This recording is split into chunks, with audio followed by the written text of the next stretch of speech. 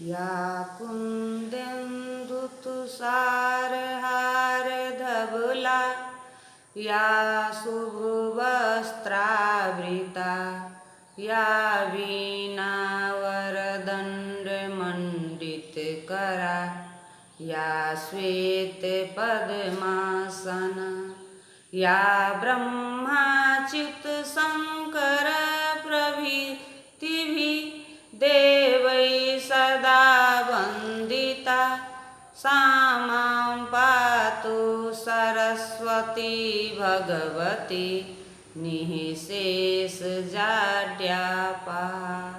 नमस्कार, मैं कावरी कुमारी, सहायक प्राध्यापक साहित्य, जूथालाल संस्कृत महाविद्यालय मझौलिया, पश्चिम चंपारण।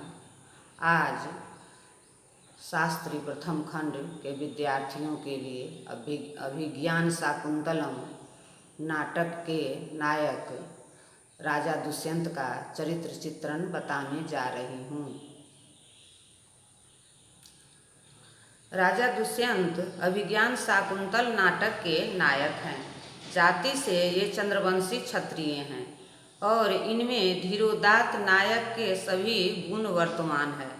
इनकी चाल ढाल व्यवहार आदि आकर्षक है। इनका शरीर लंबा चौड़ा तथा सुडौल है। इनके संपर्क में आने वाले सभी लोगों पर इनके व्यक्तित्व का प्रभाव पड़ता है।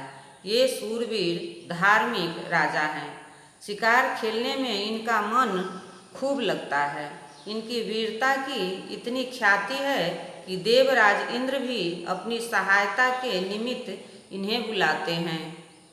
ये बड़े मधुर भाषी हैं। प्रियंवदा इनके मधुर भाषण की प्रशंसा करती है। ये अपने कुल की प्रतिष्ठा का हमेशा ध्यान रखते हैं तथा अपने पूर्वज महाराज पुरु के पावन आचरण से सदा प्रेरणा लेते रहते हैं। ये कोई ऐसा कार्य नहीं कर बैठते हैं जिससे इनके कुल की मर्यादा पर धब्बा लगे। इस प्रकार दुष्यंत सर्वश्रेष्ठ गुणों के प्रतीक एवं आदर्श राजा है।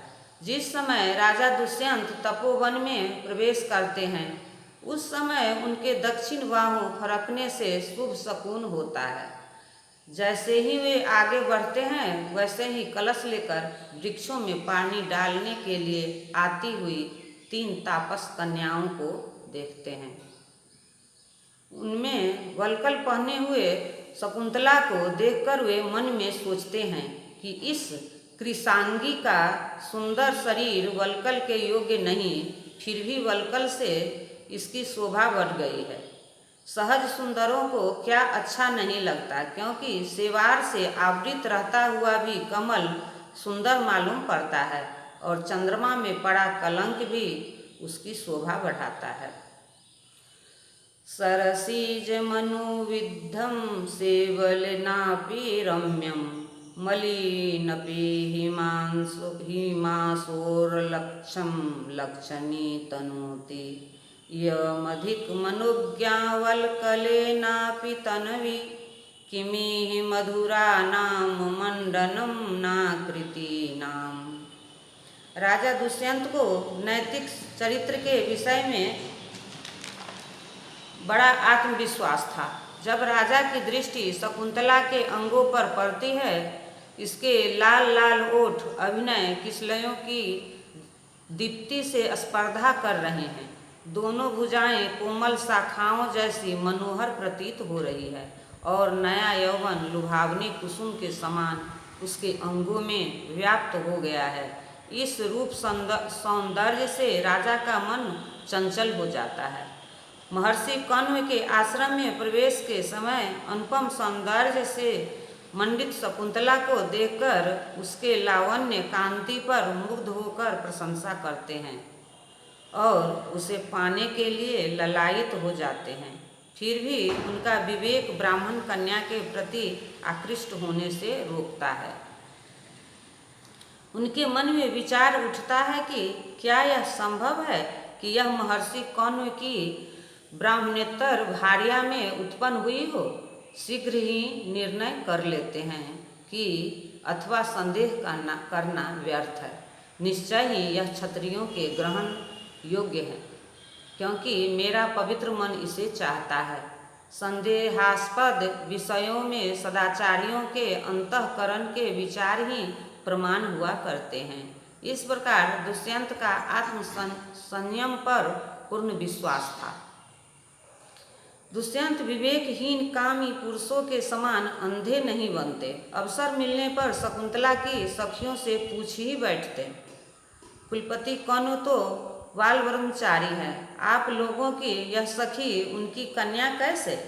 जब उन्हें शकुंतला विषयक सारा रहस्य ज्ञात हो जाता है, अर्थात यह शकुंतला अविवाहित है, इसके विवाह का किसी के साथ निश्चय नहीं हुआ है, यह क्षत्रिय को कन्या होने के कारण विवाह के योग्य है और यह भी मुझे चाहती है इत्यादि निश्चय हो जाने के अनंतर ही वे शकुंतला से गांधर्व विवाह करते हैं।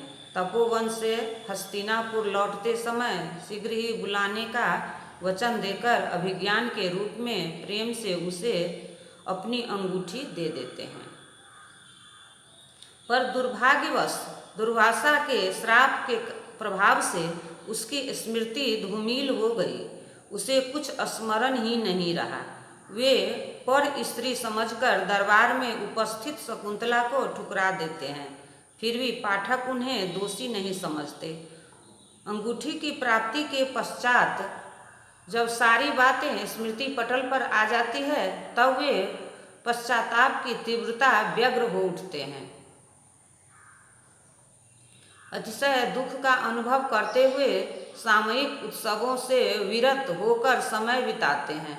अंत में इंद्रपुरी से लौटते समय महर्षि कश्यप के आश्रम पर शकुंतला का साक्षात्कार कर उसके पैरों पर गिरकर क्षमा मांगते हुए कहते हैं, सुतनु हृदयात् प्रत्यादेशवलिकं पैतुते किमपि मनसः सम्मोहो मे तदा बलवान भूत।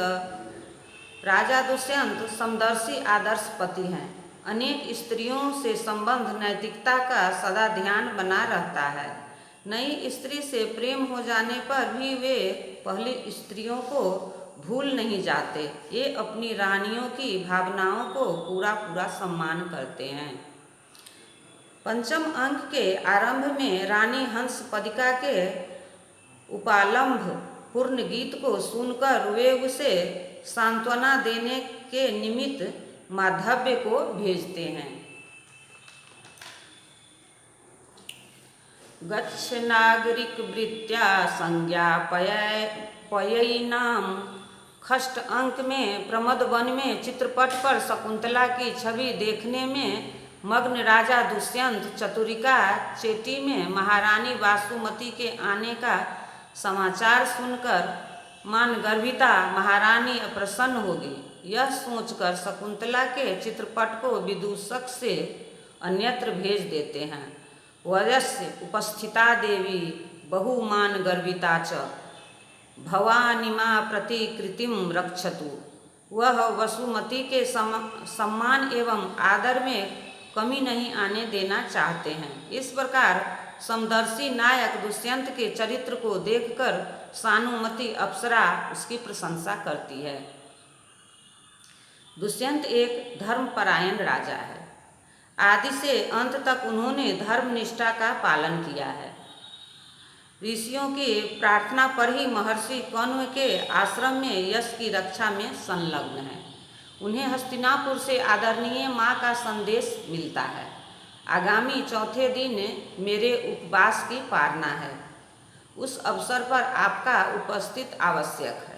माता का यह संदेश सुनकर वे दुविधा में पड़ जाते हैं।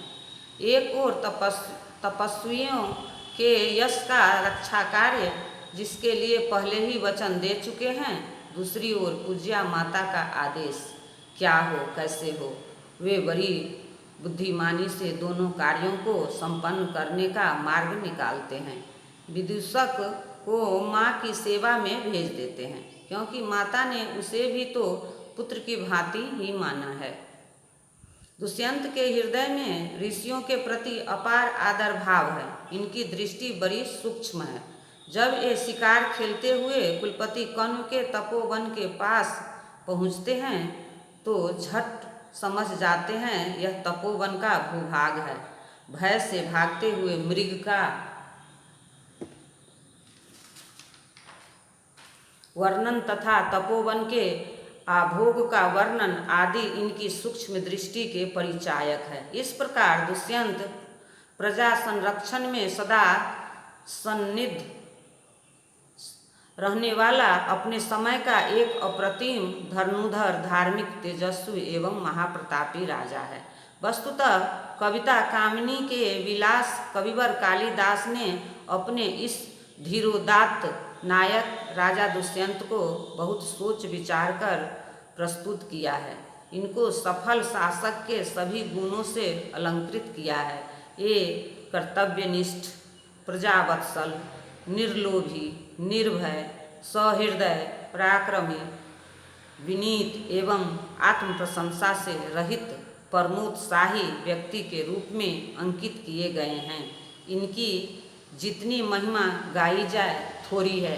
धन्यवाद।